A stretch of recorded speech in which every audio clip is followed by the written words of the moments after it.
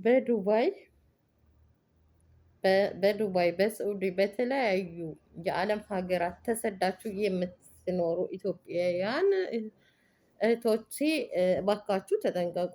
አንድ የሰማሁትን ነገር ላካፍላችሁ መጥቻለሁ ማለት ነው። አሰላሙ አለይኩም ወራህመቱላሂ ወበረካቱ። ሰላም ጤና ይስጥልኝ። ውድና እየተከበራችሁ የዚህ ቻናል ቤተሰቦች ሁላችሁንም ሰላም ሰላም ብያለሁ። በያላችሁበት ያለ ሰላምታ እና እዝነት አይለያችሁ። ለቻናሉ አዲስ የሆናችሁ ላይክ፣ ሰብስክራይብ፣ ሼር ያደርጋችሁ ይህ ቻናሉ ቤተሰብ ትሆኑ ዘንድ በትህትና ጠይቃለሁ። ነባር ቤተሰቦቼ ደግሞ ቪዲዮውን ላይክ፣ ሼር ያደርጋችሁ አበረታቱኝ። እባካችሁ እህት ወንድሞቼ ለጥንቃቄ ያክል የሆነ ነገር ላካፍላችሁ ወድዛለሁ። ዛሬ የመጣሁበት ነገር ስለ ስደተኛ እህቶቼ ራሳቸውን እንዲጠብቁና ከአደጋ እንዲጠነቀቁ ለማለት እወዳለሁ። አደጋ ስላችሁ ደግሞ የመኪና አደጋ ምናምን ምናምን በቃ ብቻ አይደለም ማለት ነው። እባካችሁ እህት ወንድሞቼ በአረብ ሀገር ያላችሁ እንግዲህ በተለያየ ዓለማት የምትኖሩ እህቶቼ እንደፈለጋችሁ የማታውቁትን ታክሲ ጠልባችሁ አትሂዱ። አንዲት እህታችን የደረሰባትን ችግር እንግዲህ በዝርዝር እነግራችኋለሁ ማለት ነው። ማለትም ይቺ እህታችን የምትኖረው በዱባይ ነው። ከዛም በኋላ ታክሲ ጠልባ ስትሄድ ስዑድ ነው ማለት እንግዲህ ዱባይም ቢሆን ያው ስዑድ ነው የምንላቸው አይደለም። እና የሀገሩ ተወላጅ እስከሆኑ ድረስ ስዑዲ ብለን ነው የምንይዛቸው። እና ስለዚህ ከዛ በኋላ ስዑዱን ታገኘዋለች ማለት ነው።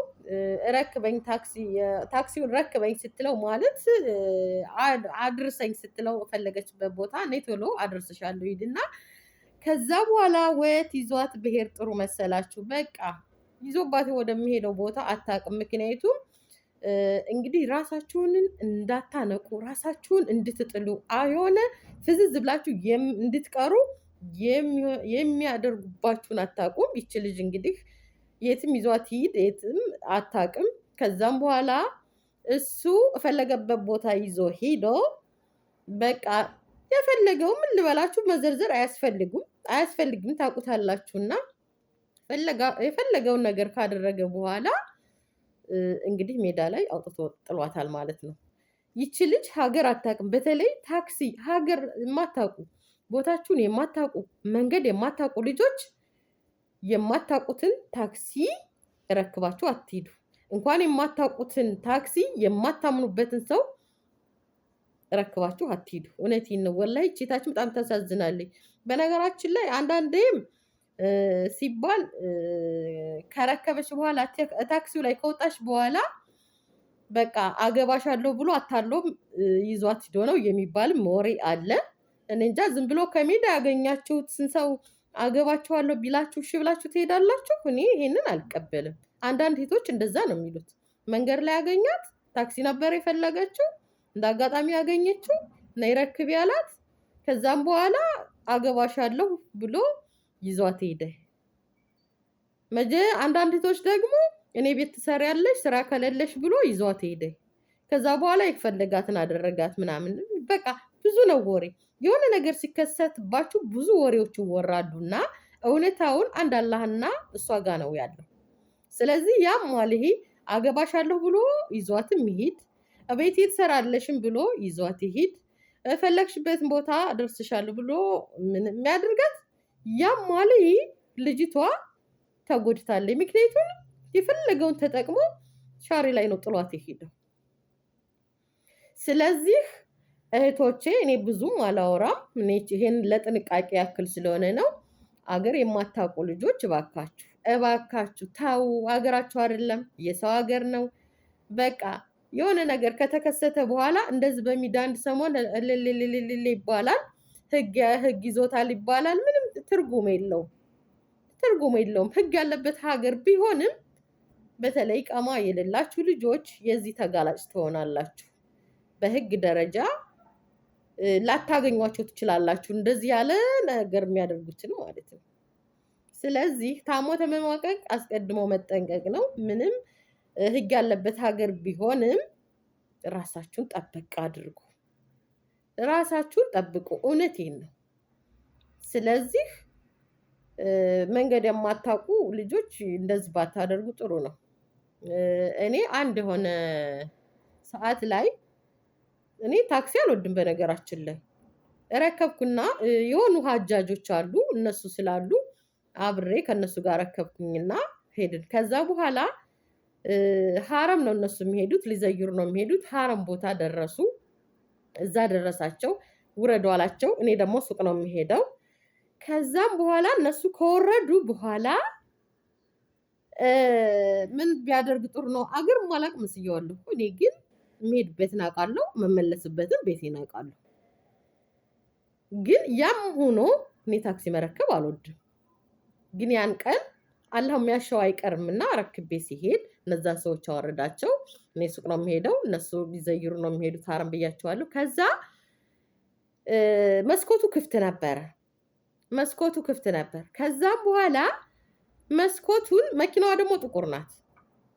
እናንተ ከውስጡ ናችሁ ሰው ታያላችሁ እንጂ ከውጭ እናንተ ሰው አያሳይም ማለት ነው። ከዛ መስኮቱን ዘጋ። እነሱ እንዳወረዱ መስኮቱን ዘጋ። ለምን ትዘጋለህ አልኩት። እዘጋለሁ። ለምን ትዘጋለህ?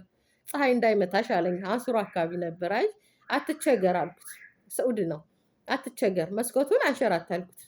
ትንሽ ሸርተት ታደርጋለህ። የምን ትንሽ አንሸራት ብያለሁ አልኩት።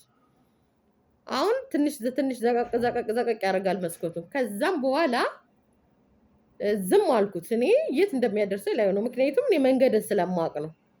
በኋላ እኔም ሄድበትን ሱቁን መንገድ ትቶ በሌላ መንገድ ሄደ። የት ነው የምትሄደው ስለው ሱቅ አላልሽም ማለት እንዴ? ሱቁ መንገድ እኮ በዚህ ነው ስለው ደነገጠና መልስ የለም። መስኮቱን ይባስ ጠረቀመና መሄድ ጀመረ ማለት ነው። አይ መስኮቱን ከፍቼ ልውጣ።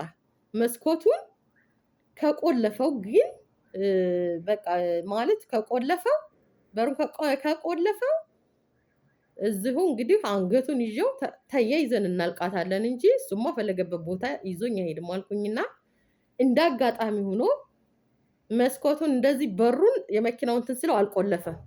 ክፍት ሲል ብቻ ክፍት ሳረገው ደነገጠ። ቆይ ያለና እንደዚህ ተኋላ መኪና ለእንግዲህ ሱድ መኪና ታውቁታላችሁ።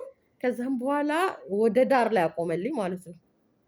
በቃ ሲያቆምልኝ እኔ በሩን ከፍቼው ብቻ ቀጥታ ሲሄድ እንትን ስል ማነው ስወጣ ደንግጦ የለም አልኳችሁ፣ እየሮጠ ደንግጦ። እኔ ግን ያ መስኮት ክፍት ሆኖ ባላገኘው ኑሮ እዛው እንቅ አድርጌ በራሱ እንትን እዛ ይዋጣልን ነበር። ይሄ ሁሉ ከመሆኑ በፊት ግን መጠንቀቅ አለባቸው። ያንንም እኔ መንገድ ስለማቅ ነው፣ መውጫ መግቢያ መሄጃ መመለሻዬን ስለማቅ ነው እንጂ አንዳንዶች የማታውቁት ሆኑ ታሁን ያደርሰኛል እያላችሁ እሱ ደግሞ ቦታዎችን እያመቻቸ በዚህ ቦታ ፖሊስ አለ፣ በዚህ ቦታ ምንድን አለ፣ በዚህ ብሄድ ምናምን እያለ መጥፎ ቦታ ይዟችሁ ይሄዳል። አገር የማታውቁ ልጆች እንዳትረክቡ። እውነቴን ነው። ሰዑዶዎቹንም አትመኗቸው። ሰዑዲ የመኔን በሉት እኛ ሀበሻ ለራሱ ካላወቃችሁት አትመኑ። እኔ እውነቴን ነው። ግልጹን እንነጋገር ከተባለ ከዛም በኋላ ወሬውን ሳልጨርስላችሁ ወደ ሌላ ወሬ ገባሁ። ከዛም በኋላ የሆነ መንገድ የሚያጸዳለና ምን ሆነሽ ነው? በቃ ባለጌ ነው ማለት ነው ሲለኝ፣ አዎ ባለጌ ነው አልኩት። እኔ ግን የዛን ቀን ቶሎ ፈጥኖ በረረ እንጂ የታርጋው ቁጥሩን ነበር የፈለግኩት። የመኪናውን ታርጋ ቁጥር ይዤ በነበረ ቀጥታ መክሰስ ይችል ነበር። ይቃማለኝ፣ ህጋዊ ነኝ። ከስሼ ቢሄድም በመኪናው ታርጋ ስለሚገኝ መክሰስ ይችል ነበር። ግን እኔ ቶሎ ሞባይልን ሻንጣዬ ነው ያደረግኩት። ቶሎ ወርጄ ከሻንጣዬ ሞባይሌን አውጥቼ የመኪናውን ታርጋ እስከሚይዝ ድረስ እሱ የለም። ምክንያቱም የሀገሪቱን ህግና ደንብ ጠንቅቆ ስለሚያውቅ ማለት ነው። እርሜ ልኩን ከሲጅን አይወጣትም ነበር። በጣም ተናደርኩ። ምነው የመኪናውን ታርጋ ያለመያዜ በጣም በረረ። በቃ እኔ ሞባይል እጄ ላይ ሆኖ በነበር አነሳው ነበር፣ ልኩ ይገባ ነበር። እናም ለማለት ፈልጌ ነው በጥቅሉ ስደተኞ እህቶች ባካችሁ ተጠንቀቁ። መንገድ የማታውቁ በተለይ የማታውቁትን ታክሲ አትዳፈሩ። እና ይቺታችን አሁን እሱ ብቻ መሰላችሁ ብዙ ሁነው ነው ያሰቃዩት። ብዙ ሁነው ማለት ነው። እንግዲህ እንደምታዩዋት ታምኔል ላይ ይዋት እንግዲህ ይታችን በቀስታ አመልክቻት አለው ማለት ነው። ይቺታችን ማለት እና ከባድ ነው ስላችሁ ነው እናት ወንድሞቼ፣ ለጥንቃቄ ያክል ነው ማለት ነው ይሄንን ያልኳችሁ። ተጠንቀቁ በቃ። የሰው ሀገር መስሪያ እንጂ ሀገር አይሆንም። ስለዚህ ነቃ በሉ ለማለት ነው። ቻናሉን ደግሞ እንግዲህ ላይክ፣ ሰብስክራይብ፣ ሼር ያደርጋችሁ አሳድጉት። አሰላሙ አለይኩም ወራህመቱላሂ ወበረካቱ።